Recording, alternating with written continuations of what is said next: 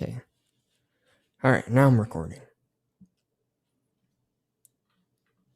Okay, so let's move on. Again, though, tell me if it's laggy again, but I don't think I'll be able to fix it today.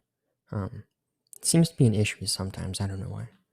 Okay, so we have the testing range for the counties.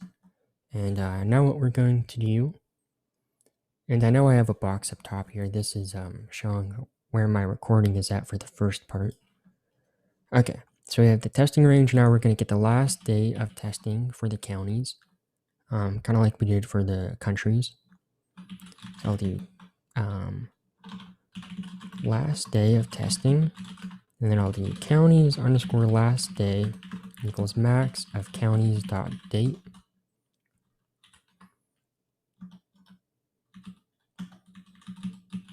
Okay, and then I'm gonna get the index for the last testing date, just like we did for the countries. Okay, get index for last testing date. And then I'm saying for counties include, you'll see later on I'm going to make a variable called counties include. Okay, so counties underscore last date index equals find. We're going to use the isMember command. County underscore pop dot date. And then county's last day. Okay, so that'll give us all the indices for the last testing date for each county. Okay, and then just like for that, okay, it does look like it's better for the lag, at least on my laptop. So just like we did for the countries, we're going to make a section here for some of our plot parameters.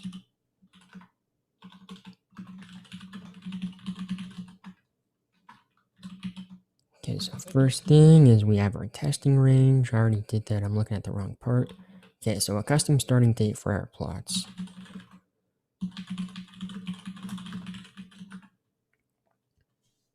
Okay, that was my recording. Okay, so custom starting date, we have counties plot start.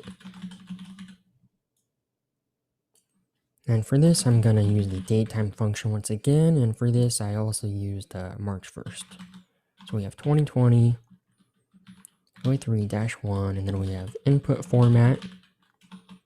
Or sorry, just format. I think I make that mistake somewhat often. So year, month, and then day. And then we're going to make another variable for our counties for how many counties we want to include for the plot. So amount of counties to include in plots. So counties include equals 5. And then I'll do rolling day average to use. And this is going to be 7. But again, if we wanted to change this, you know, whether from curiosity or if I ask you to, all you have to do is change that one line here, and then you can have all of your plots update later on.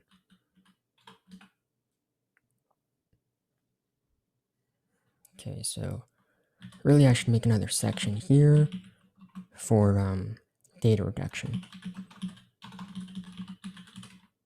Okay, so the first thing we're going to do is get the indices for the counties that we're including here. So for this part, because we're not looping, we kind of have to do this explicitly, I mean somewhat explicitly. But if we were looping, what we could do is we could just get the indices for every single county, and then later on, once we make our plot, we could, you know, reference whatever amount of counties that we want to include. So this would be a really, really good time to loop. Because you'll see here, I'm going to have 5 lines of code to get the indices for the top 5 populous counties. But I have to write out a line to get the indices for each county. But if I was looping, I could just do this all on one line instead. And of course, I'm not going to show you that now because that'll be part of the project. So, get indices for counties include. So I'm going to do county underscore 1 IND, so that's standing for the first or the most populous county. And I want to get the indices for that county, so I want to get all of the data for the entire testing range. So I'm going to find string compare, So we want to look at counties.county. It's our main spreadsheet. And I want to match this with county_pop.county1. So remember county_pop, that was a table that was sorted by the most populous counties. So basically I'm accessing this name right here, Los Angeles. And I'm going to use string compare to get all of the indices for when the name Los Angeles shows up in this column here. Okay, so we need to do this 5 times. So I'm just going to copy and paste. Okay, and then we're going to change these over here to 2, 3, 4, and 5. Okay, so now we have all of the indices for the top 5 populous counties.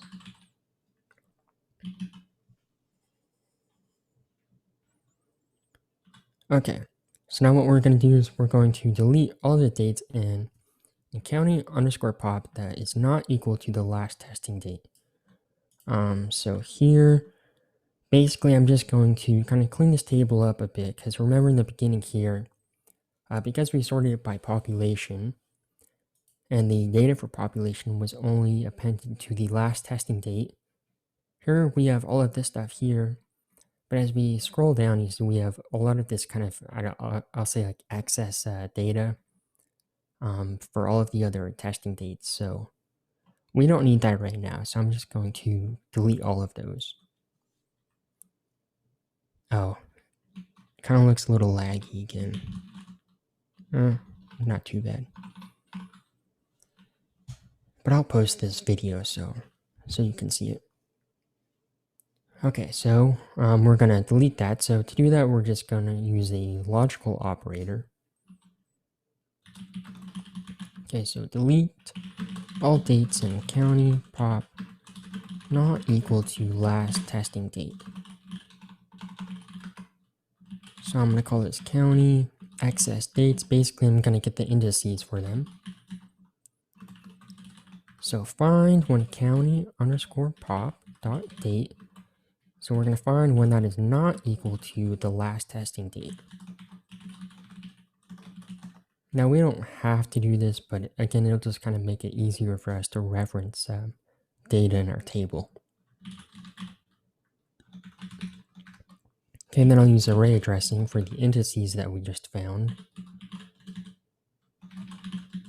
And I want to get all of the rows, well, I'm using the rows for the indices we just found, and we want to delete all of the columns. So that's why we have a comma and then a colon. And then to delete them, we use this kind of syntax here where we have the empty brackets. Now if I run this, then you see county_pop that was updated to only 58 rows. Okay, so basically this was just a different method to just get the last testing, or the data for the last testing date. Now, of course, we could have done this in a different way. Actually, maybe even would have been easier, kind of doing it like how we did with the countries. But so again, we removed everything besides November 16th? Yeah, in this case, yeah, that's what I did. Okay. Yeah, so we could have done this in the same way that we did it for the countries, but there's multiple ways that we can kind of go about this. And why did you put a colon for the columns in county pop? And yeah, that's to delete all of the columns. So, you know, we wanted to delete all of the rows, the excess rows, but we also want to delete every single column, not just like the first column. Oh, okay. Okay. Any other questions? Okay. Okay, so now we're on the cumulative stats. So there's not much we have to do here because we already have a lot of this data kind of organized. So I'll do make a section called cumulative stats. And just for my reference and for yours too, cumulative deaths, we already have that because that's already in the county pop table that we have. That's right here. because it's on the last date, we have the cumulative deaths in this column here. And we also have the cumulative cases in this column here. So we already have this. And then same thing for the cases, we already have that as well. Okay, so now what we're going to do, I'm going to make basically a new column in our table here for the total deaths per 1 million people. So I'm going to make a comment, append total deaths per 1 million to our table called county pop. Okay, and then to do this, to append basically a new column, we're going to use dot notation. So I'm going to call this DP100K, so deaths per 100K. And we're going to have 100,000 here times county underscore pop dot total count deaths. And then we have to use element by element division. So that's why we have the dot there. Because we want to go, kind of cell by cell. And county pop dot population. Okay, and then this will give us the total amount of deaths per 100,000 people for each county. So if I run this and then I go back to our table, then you see that I made this new column right here that's deaths per 100K.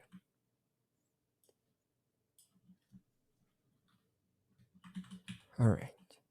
So now we're on the rolling stats now. So this is probably the most difficult part of the project for you guys. Just because there was we had like cases per 1 million, and we also had a rolling average as well. Okay, so first thing we'll do is get the indices for our top 5 populous counties. Again, if we wanted to make this like, 10 counties or something, we would have to write out a line for each one, but if we had a loop, we could just get the indices for every single county.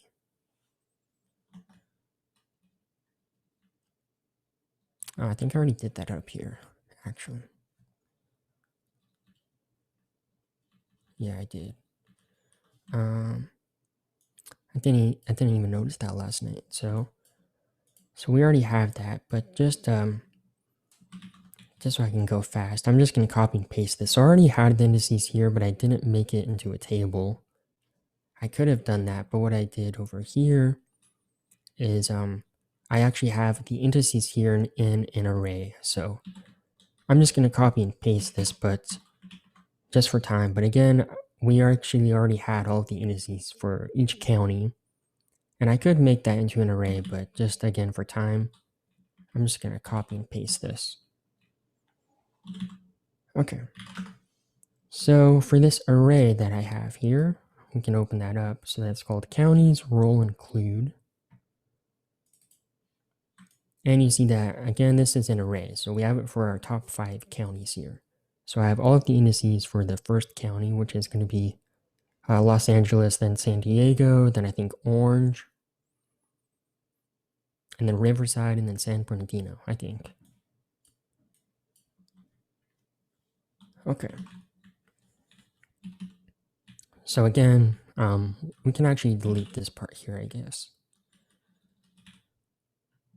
Okay, so now we're going to make a table for the cases per day. So, I was kind of redoing some of this last night just to be a bit neater, but I first did it by making a cell array for a lot of this stuff, but doing that actually makes it harder to reference some of this stuff. Is there a question? Yeah, for line 6, you just use the find counties county, but for lines 5 to 2, why did we include the brackets and county include? Yeah, so for that, basically I'm making an array. So I'm appending all of this stuff here.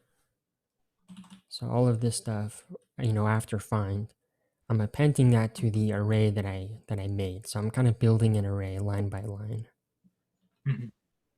So like if I show you, this will probably make a little more sense. So if I just have this line here, then I only have all of the indices for the first county. But then once we go to our second line, I have this bracket because I'm appending this new array to the right hand side of this comma. So now if I run this, then I have the second county. Okay, for San Diego, that is. Yeah. Thank you. And then we're just doing the same for the other counties. Okay. Okay, so yeah, we're just gonna make a table for some of our other, deliverables. So we're gonna make a table for cases per day on a 7-day average.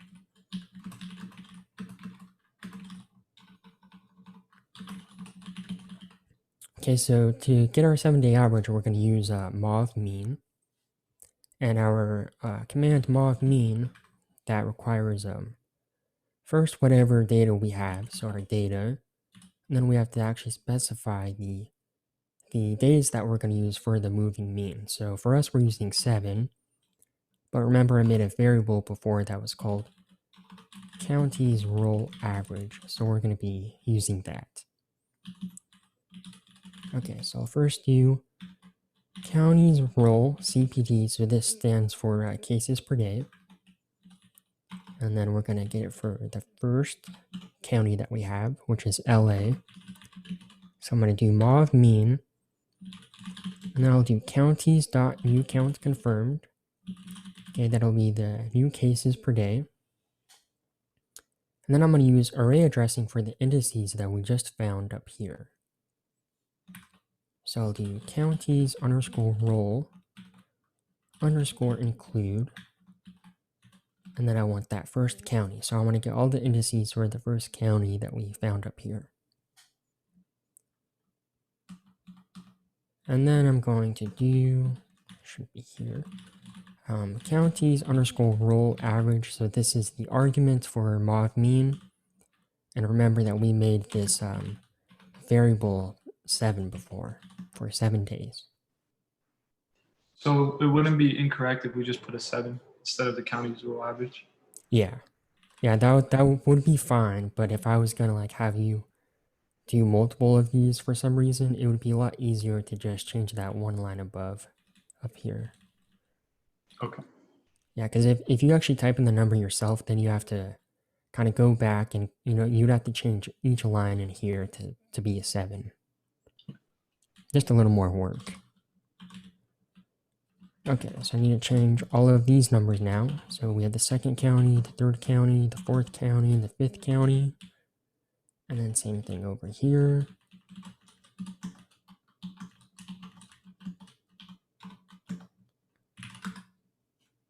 Okay, so now we have a table for all of the for all of our top 5 counties here for the new cases per day on a moving average of 7 days.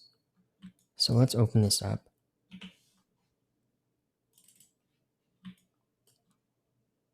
Okay, so it's actually not a table, it's an array. Let me change that to be an array. Okay, so we don't have a table, which we could have made a table, but I just have an array here. So our first column, this is for LA, second column for San Diego, and then so on. All right. Okay, so now we're going to make an array for the cases per day, but per million now. And still on a 7-day average. So make table for cases per day per million, 7-day average. So for this, all I have to do is use our equation that we have, which is basically an equality to get the cases per day per million. And all I have to do is reference these variables that we made up here for the cases per day. So I'll do counties roll CPD PM, that stands for cases per day per million. We'll do for the first county first. And we have 1 million times counties roll CPD, so that's what we just made up here, the cases per day for the first county. So we want to get all of the rows, and then we want to do it for the first county. Then we're going to do divided by the county population. And we want to do this for the first county, which is LA. So if I run this and then I open this up, then you see that we have the cases per day per million for LA. Now we want to do this for the other counties as well.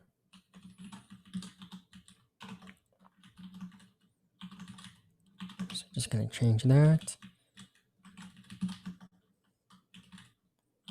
2, 3, 4, 5. 2, 3, 4, 5. Okay, now if we run it and we look at our array here, then it's updated for all of the other counties as well. Okay. Okay, now we have to do this for deaths as well. Okay, so what I'm actually going to do just to save time is I'm just going to copy and paste this because it's the same exact thing that we just did for the cases, but this time it's just it's for the deaths. But just because of time, I'm just going to copy and paste it. But again, it's the exact same thing that we just did for the cases. So you'll see the first thing I do is I get the deaths per day for each county on a 7-day average. And then I get the deaths per day per million on a 7-day average. So the only thing that is different is we have deaths instead of cases. Okay, so that's all of the data reduction that we have. Oh, geez, is it laggy again? Yeah, it is, huh? A little? Okay. So you multiplied the 7-day average by a million and then divided it by the population of the county in those specific places, like 1, 2, 3, 4, 5? Yeah. Yeah, so that's just making basically a conversion. Instead of doing like deaths per day, we're just using this kind of equality here to convert it to deaths per day per million for that specific county. So yeah, we have this population at the end here to kind of scale it. Yeah. Okay, so we're done with the data reduction. So now we can actually go into the plots. So hopefully the plots are, not too bad for you guys, although I know I did see some comments that they kind of suck. So I don't know. We'll go over some of the syntax for the plotting for the time that we have left. Okay, so for this, I only did it for counties, just because a lot of this stuff is kind of the same for the countries and for the states. This kind of I guess logic that we're using for the plots. So the first thing I'll do it for the total deaths that we have for the counties, and we had a bar chart. Okay, so on this first line, I'm gonna call out figure, and then what I'm gonna do is actually specify the size of the plot beforehand. So the first two arguments here, this is where our figure is gonna show up once we run our code, and that's in reference to the bottom left-hand corner of your screen. But for my basically system, that's irrelevant, so I'm just putting 0, 0. And then the last two arguments, that'll be the actual size of our plot. So I'm doing 1000 for the width and 500 for the height. And then you'll see at the end here, I think we talked about this last class. I'm gonna say visible and then off. Actually right now I'll put on. So once I run my code, this will have the plot show up. But if if I'm updating my script, and I don't want to see all the plots come up, I can change this argument to be off. Okay, so now we're actually going to make the plots. We're going to do county underscore pop dot total count deaths. And then we're going to do this for our range. So we have 1, 2 counties include. So here I'm actually not specifying 5, right? I'm just putting counties include, but remember we defined that before right here. So our variable counties include that was equal to 5.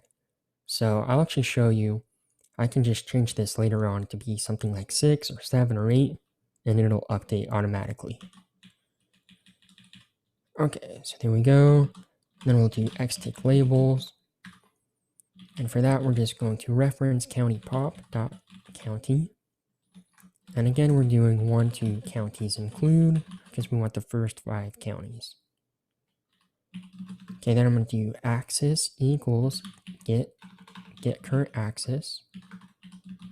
And then I want a y grid, so I'll do ax.ygrid equals on.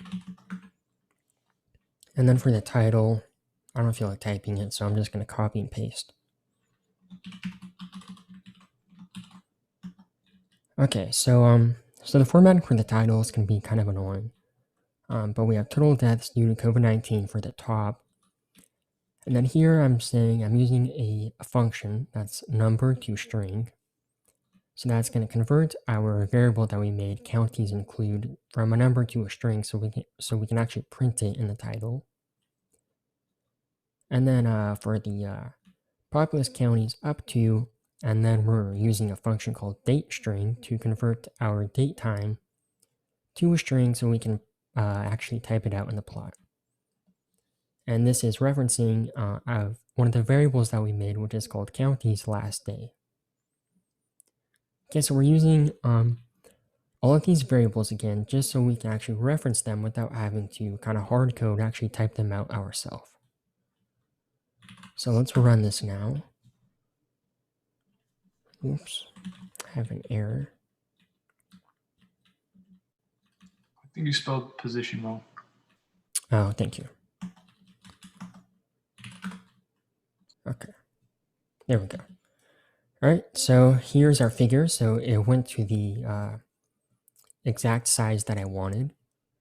And then we see we have total deaths due to COVID-19 for the top 5 populous counties up to the 16th of November. So the number 5 and the date, I didn't have to type them out myself. That was in our code here from the variables that we made. And same thing for the county names. That was accessed from one of our tables. So let's change this, I don't know, to 7 counties. So all I have to do, let's hope this works because I didn't test it last night for this kind of new code I wrote. But I should be able to just change this to counties include equals 7. Then run it.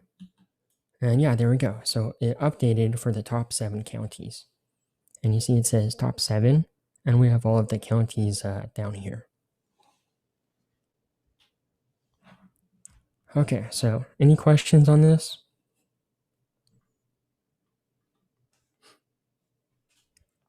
Okay. All right, so that's just a good way where we can kind of do this in a much easier way. All I have to do is change this one line here instead of changing 1, 2, 3 lines down here. So that can get kind of, time consuming if we're, changing that a lot. Now, there is one more line of code that might be of interest to you, which is export graphics. So I actually just looked this up myself just because I was annoyed of manually saving each figure. So we can just type out some code to export our figure for us. So the function for this is called export graphics. And then AX, that basically just grabs the axis that we have. So that's why, at least it's one of the reasons why we defined AX equals GCA, which means get current axis up here. And then right here, this is the file name that we're going to save it as. So I'm saving this as counties cumulative deaths underscore bar. And we have to make sure that we put the file extension at the end here. So I'm saving as a .png. And I'm specifying the resolution to be 300 dpi. So let's first, I'm going to make that off. And I'm going to comment out with this line of code. And if I run this right now, then you'll see that nothing pops up. So that's why it's convenient to have this function over here, or this command. What I'm going to do now, I'm going to uncomment this, and then you'll see that, here, let me go to my, okay, so here we are. I'm in my folder here, and you'll see that my figure is going to pop up in this folder once I run the script. So I'm going to run it, and then you'll see that this is basically currently saving the figure here. Give it a second, and then it'll pop up right there for us. And there we go. There's our figure. And nice. So we can do that just to save some time.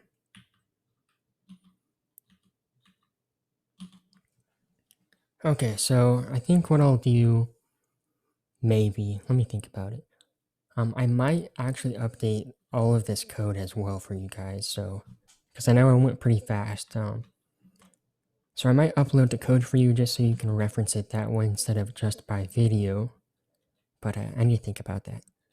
So I might do that, but we're basically out of time, but we did cover basically everything that I wanted to cover. The other figures, they follow the same exact logic as the current figure that we just had. So your quiz starts in 3 minutes. Now there is one thing I want to quickly talk about.